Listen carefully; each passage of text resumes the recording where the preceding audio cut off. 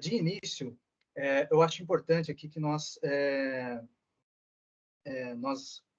pudéssemos aqui acompanhar aqui pelo material, para que tenhamos aqui toda uma orientação aqui para a gente poder ir passando pelos diversos temas que foram abordados no decorrer das semanas, beleza? Então, vamos começar aqui. Eu peço que vocês acompanhem aí pelo material, beleza? Vamos lá? Então, o primeiro crime que nós temos aqui, pessoal, que foi abordado recentemente, foi a participação em suicídio ou a automutilação, certo? E o que nós temos de importante aqui para ressaltar, pessoal? O primeiro ponto que eu chamo a atenção é que a participação em suicídio. Quanto à participação em suicídio, pessoal, o suicídio tentado ou consumado não é crime, certo? É um ato ilícito? Sim. É contrário ao direito? Sim. Mas não é um fato típico, pessoal, é um fato atípico, certo? Tem que ter bastante atenção, bastante cuidado com esse ponto. E outra observação importante que nós temos aqui é que a coação exercida para impedir o suicídio também não é crime. Então, se alguém, por exemplo, age de modo a coagir fisicamente, por exemplo, o suicida, né, para impedir que ele cometa o suicídio, também não será crime, certo? Então, esses são alguns pontos iniciais que estou trazendo aqui, porque são importantes, são basilares para o nosso estudo, certo? Agora, indo diretamente para o que está previsto lá no artigo 122, certo, pessoal? O que é incriminado? Incrimina-se, pessoal, o induzimento, a instigação e o auxílio ao suicídio. O suicídio em si não é crime, mas a instigação, o auxílio, o induzimento, isso sim, essas condutas sim, são consideradas como crime, são tipificadas no nosso Código Penal, certo? Então, um ponto bastante importante que nós temos que observar aqui é a diferenciação entre induzimento, instigação e auxílio, certo? O primeiro ponto que nós temos é o induzimento. O induzimento é colocar a ideia de suicídio na cabeça do indivíduo, certo? Então, o agente ele coloca a ideia de suicídio na cabeça do indivíduo, coloca na mente do indivíduo essa ideia. Já a instigação, não, ele reforça uma ideia. O suicida já tem essa ideia em mente e o agente simplesmente reforça essa ideia. E isso aqui é chamado de participação moral, certo, galera? Então, assim, temos aí o induzimento e a instigação, que são considerados participação moral. E nós temos também o auxílio. O auxílio é uma contribuição material para a prática do suicídio, é uma participação material. Por quê? Vamos imaginar que, por exemplo, pessoal, o agente forneça uma faca para o suicida, ou uma arma, por exemplo. Observem que, neste caso específico, há aí uma participação material. Sai da esfera moral de simplesmente colocar a ideia, de reforçar a ideia, e passamos aí a verificar uma contribuição material, ou seja, até de uma forma ali com os próprios objetos a serem utilizados.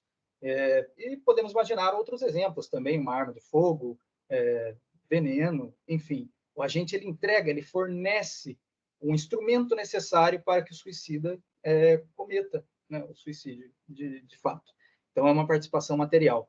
Só que nós temos que ter alguns cuidados, pessoal. O auxílio ele não pode, em hipótese alguma, ser ato executório da morte. Pois se o ato executório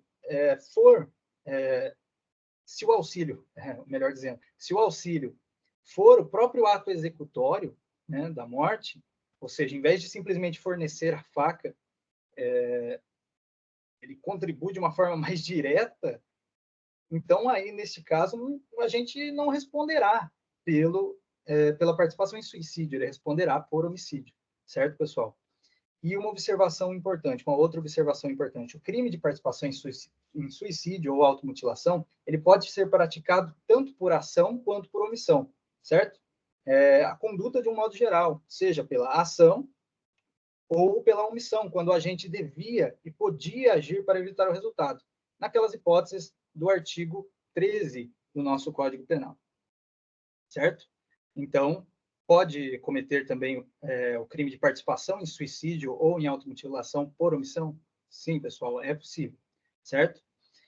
E temos aqui alguns exemplos, né, de participação em suicídio que estão no nosso material, que é, por exemplo, o pacto de morte, né, que geralmente, isso não é uma regra, mas geralmente está associado à instigação, certo? Mas há outras possibilidades, então tem que verificar o caso concreto, certo, pessoal?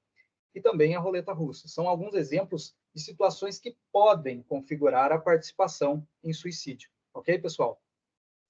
Então, nós verificamos aqui a participação em suicídio. Lembrando que essas regras de induzimento, instigação, auxílio, etc., são todas hipóteses que podem ser aplicadas também no caso de automutilação, né? Então, a automutilação foi uma alteração trazida mais recentemente, né? Pelas alterações que, inclusive, estão mencionadas lá no material de vocês. E todos esses pontos que nós trouxemos aqui, principalmente sobre o conceito de induzimento, de instigação e auxílio, se aplica também para a automutilação. Existem outros detalhes lá previstos na legislação, como, por exemplo, causas de aumento, outras possibilidades aqui para nós analisarmos, mas vamos focar aqui nos pontos essenciais, nos pontos basilares, principalmente aí para a preparação de vocês para as provas que vêm aí a seguir, certo? E esses são os pontos basilares que tenho certeza que já vão ser os pontos mais importantes para fins de prova de direito penal, certo? Então, vamos lá. Outro ponto que nós temos, pessoal, é o infanticídio. O infanticídio está previsto no artigo 123, certo? O que nós acabamos de ver, a participação em suicídio ou automutilação, está lá no artigo 122. Já o infanticídio está no artigo 123. E o que nós temos lá? Matar sob a influência do estado corporal o próprio filho durante o parto ou logo após. Então, verifiquem bem essas elementares previstas no tipo penal do infanticídio. Veja, matar, ou seja, a princípio, a mesma conduta do homicídio, mas existem algumas elementares específicas, especiais aqui no crime de infanticídio, que é a situação do estado corporal, que está relacionado aos fortes abalos emocionais, psicológicos que envolvem a gestação e o parto. Temos aqui também uma elementar importante, que é o próprio filho, ou seja, esse é um crime próprio, praticado, no caso, em regra geral, pela mãe, certo? Durante o parto ou logo após. Então, pode ser tanto durante o parto ou logo após, certo? E nós temos aqui a pena, que é a pena de detenção de 2 a 6 anos, certo? Então, o que nós devemos observar quanto ao crime de infanticídio, pessoal? Inicialmente, a objetividade jurídica. Qual é o objeto? Qual é o bem jurídico tutelado neste crime, pessoal? O objeto que nós estamos analisando aqui, juridicamente falando, é a vida humana extrauterina, visa proteger a vida humana extrauterina, certo, pessoal? O sujeito ativo. O sujeito ativo, bom, é um crime próprio, como nós acabamos de ver, e sendo, em regra, praticado pela mãe. Só que temos que observar um ponto importante. Admite concurso de pessoas. Vocês já tiveram, lá na parte geral, no ano passado, este ponto sobre concurso de pessoas, e aqui no caso do crime de infanticídio, ele se aplica, pessoal, certo? Por quê? Porque conforme o artigo 30 do Código Penal, as elementares elas se comunicam no concurso de pessoas, salvo se desconhecidas pelo coautor ou partícipe. Como assim? Nós acabamos de ver que as elementares do crime de infanticídio, dentre elas nós podemos mencionar o estado corporal, o próprio filho, durante o parto ou logo após, são todas elementares previstas, descritas no tipo penal do infanticídio. E estas elementares se comunicam no caso de concurso de pessoas, salvo se desconhecidas pelo coautor ou partícipe. Significa dizer que se uma pessoa contribuir, por exemplo, materialmente para a prática do infanticídio, ele também será responsabilizado pelo crime de infanticídio. Certo, pessoal? E apenas aproveitando aqui este momento para a gente poder recapitular, né, esses pontos importantes sobre concurso de pessoas, sobre a comunicabilidade das elementares e circunstâncias, vamos aproveitar aqui para fazer uma breve revisão, né? Então, as elementares, como nós vimos, se comunicam no concurso de pessoas, salvo se não forem conhecidas pelo coautor ou pelo partícipe. Lembrando que o autor, neste crime, é a mãe. O coautor ou partícipe seriam aquelas pessoas que pudessem eventualmente contribuir de algum modo para a prática deste crime, daí responderiam também pelo crime de infanticídio. No material de vocês vão observar que nós temos aí as circunstâncias subjetivas e objetivas. E o que nós temos aqui? Circunstâncias subjetivas, pessoal, são aquelas mais relacionadas a questões de caráter pessoal, como, por exemplo, a reincidência, certo? A verificação da reincidência, que no caso refere-se ao agente. Então, elas não se comunicam, certo? E nós temos as circunstâncias objetivas. Estas sim se comunicam, salvo se desconhecido do coautor ou partícipe. Então, por exemplo, uma causa de aumento relacionada ao modo de execução daquele determinado crime, certo? Como, por exemplo, enfim, o emprego de arma de fogo, por exemplo, num crime de roubo, certo? Então, o que nós temos aqui, ou melhor, um emprego de arma branca, por exemplo, certo? Então, nós temos aqui circunstâncias objetivas que se comunicam, salvo se não forem conhecidas pelo coautor ou partícipe. Mas estes pontos aqui é apenas para a gente fazer uma breve revisão mesmo sobre a comunicabilidade das elementares e circunstâncias. Para o crime de infanticídio em si, a comunicabilidade se dá por meio das elementares do crime, certo? Em regra, não é possível, não seria possível. Eu vou abrir aqui rapidamente o artigo 30, e vou inclusive ler aqui a redação do nosso Código Penal. Só um instante aqui. Opa. Peraí. Abrindo aqui. Aqui. Então, circunstâncias incomunicáveis. Olha o que está previsto no Código Penal. Não se comunicam as circunstâncias e as condições de caráter pessoal, salvo quando elementares do crime. Então, a partir do momento em que nós temos uma circunstância de caráter pessoal, que circunstâncias de caráter pessoal?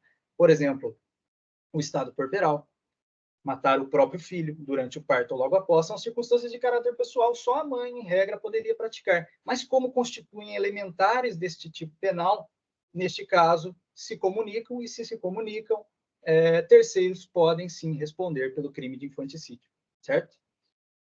E o sujeito passivo? Quem é o sujeito passivo do crime de infanticídio, pessoal? É o filho recém-nascido, certo? Lá no tipo penal, mais uma vez, ressaltando, é o filho durante o parto ou logo após, essas duas situações. Pode ser durante o parto ou logo após, certo? Então, qual é o ponto mais importante que nós podemos tratar aqui em relação ao sujeito passivo?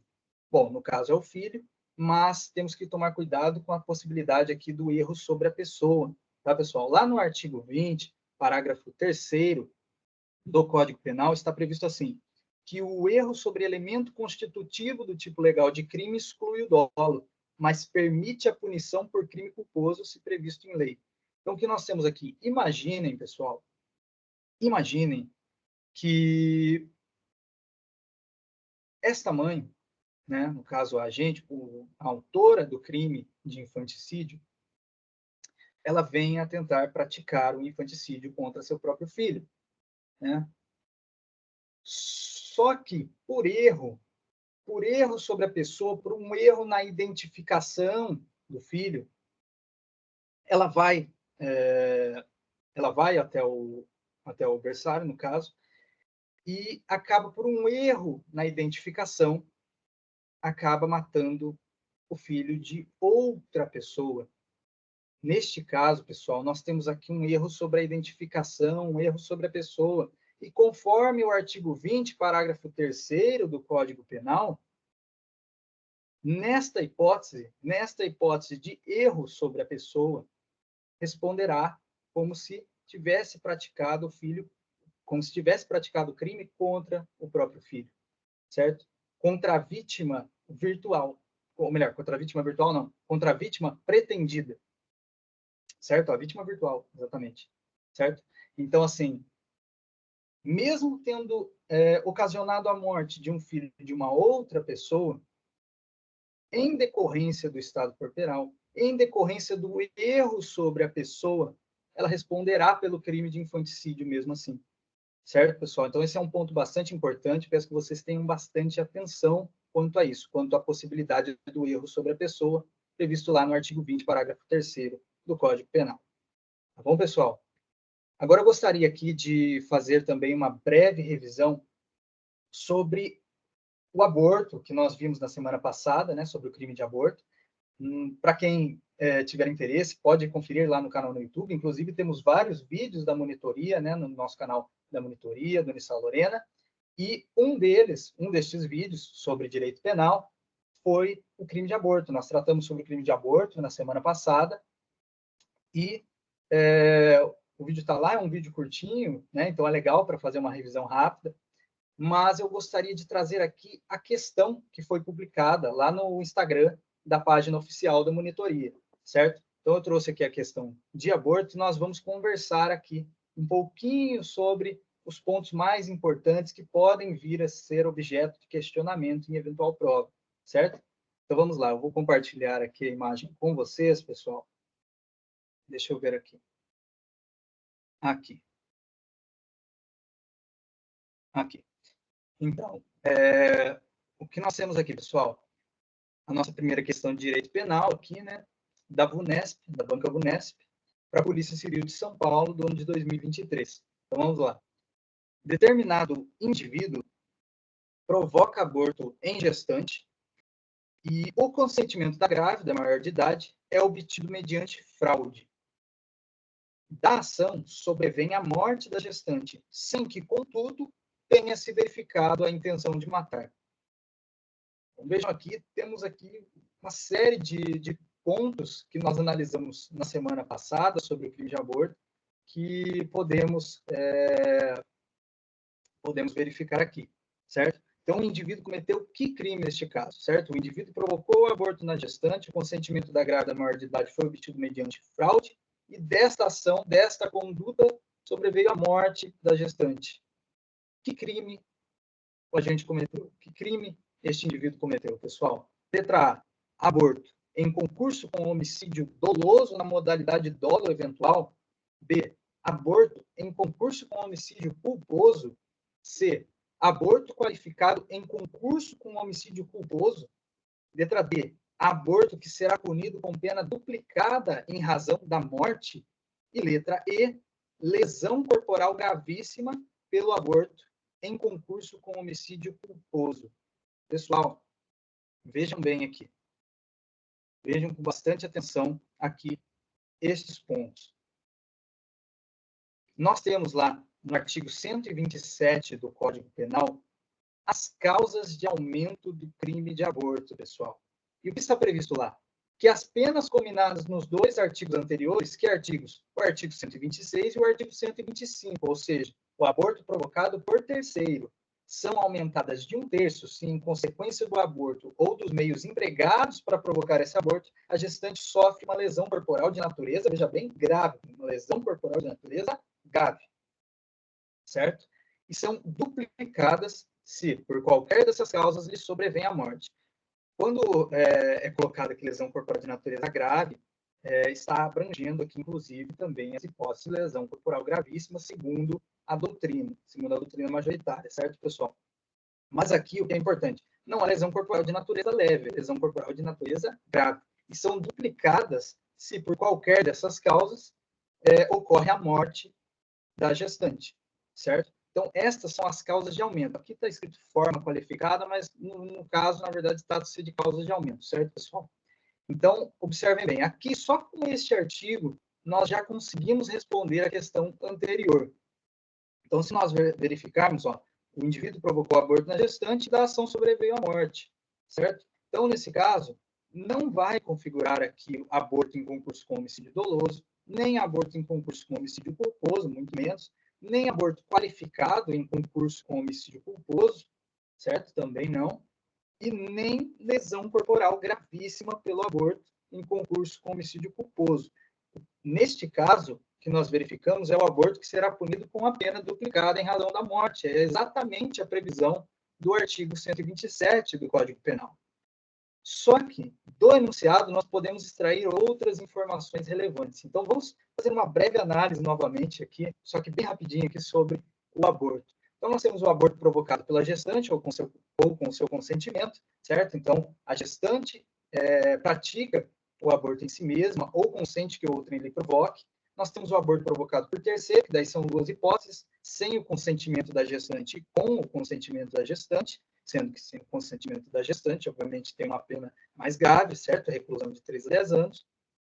Nós temos ali no artigo 126, que trata do aborto com o consentimento da gestante, o parágrafo único.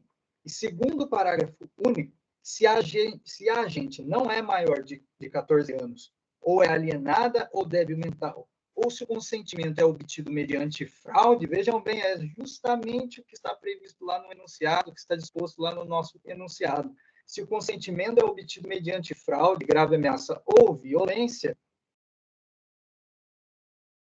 é aplicada a pena do artigo anterior. Então, o que está querendo dizer aqui?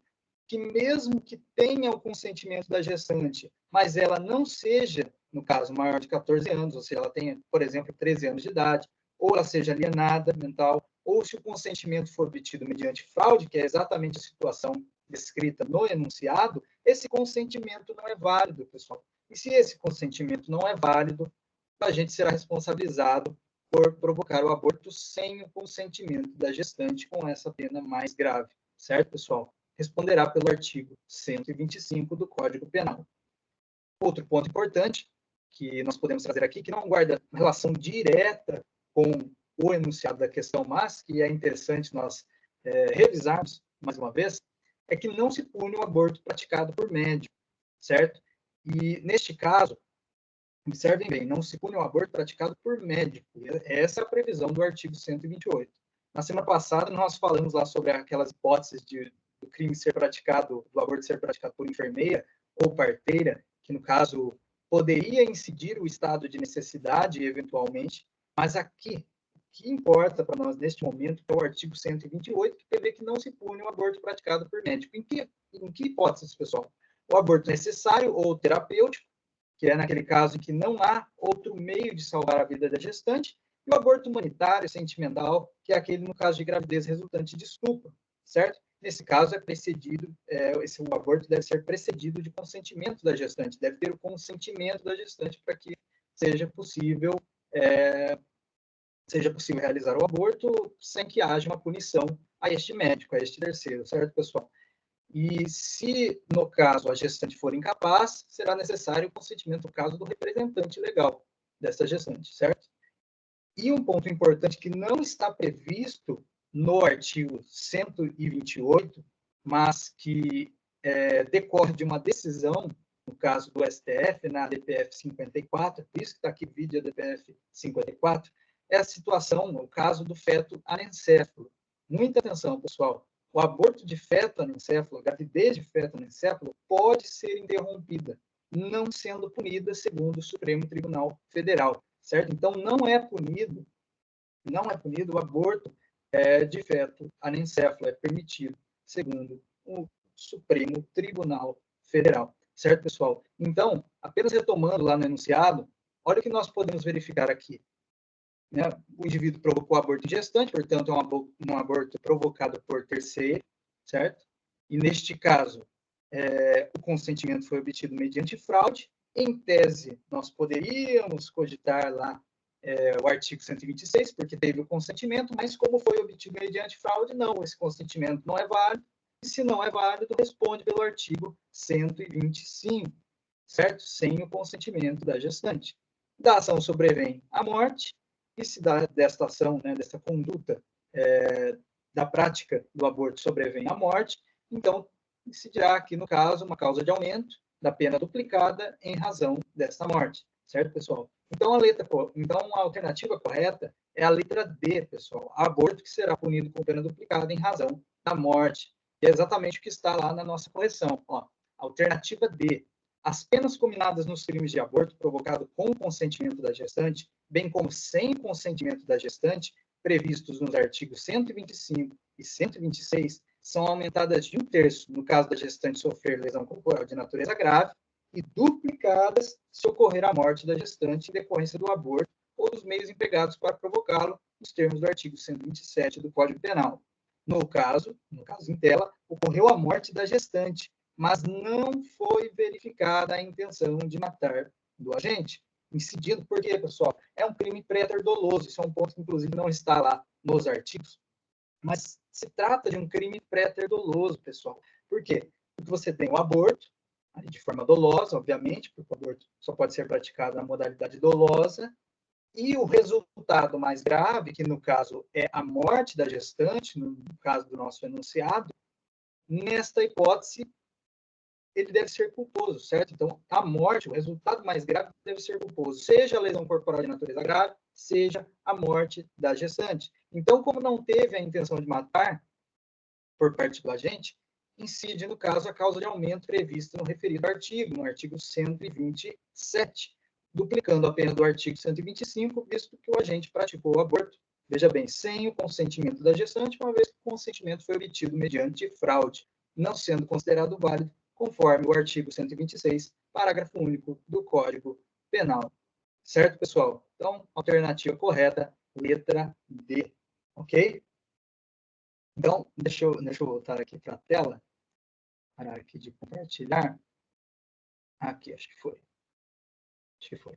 Então, esses foram os pontos que eu tinha aqui para tratar com vocês nesta revisão de hoje. Eu sei que vocês têm prova agora na terça-feira, se não me engano. Então, eu desejo a todos vocês uma excelente prova, certo? E vamos encerrando aqui mais uma live, pessoal. Qualquer dúvida, novamente, reitero, fico à disposição de todos vocês. Podem mandar as dúvidas lá pelo WhatsApp, certo? Meu Instagram é @MatheusDiasGon. Se tiverem dúvidas também, podem mandar lá diretamente pelo Instagram, não tem problema, certo? Fiquem à vontade. E continuamos nossas revisões nas semanas seguintes. Na semana que vem, neste mesmo horário, na sexta-feira, às 14 horas, continuamos os nossos estudos de direito penal, certo? Muito obrigado a todos. Desejo a todos um ótimo final de semana. Forte abraço. Tchau, tchau.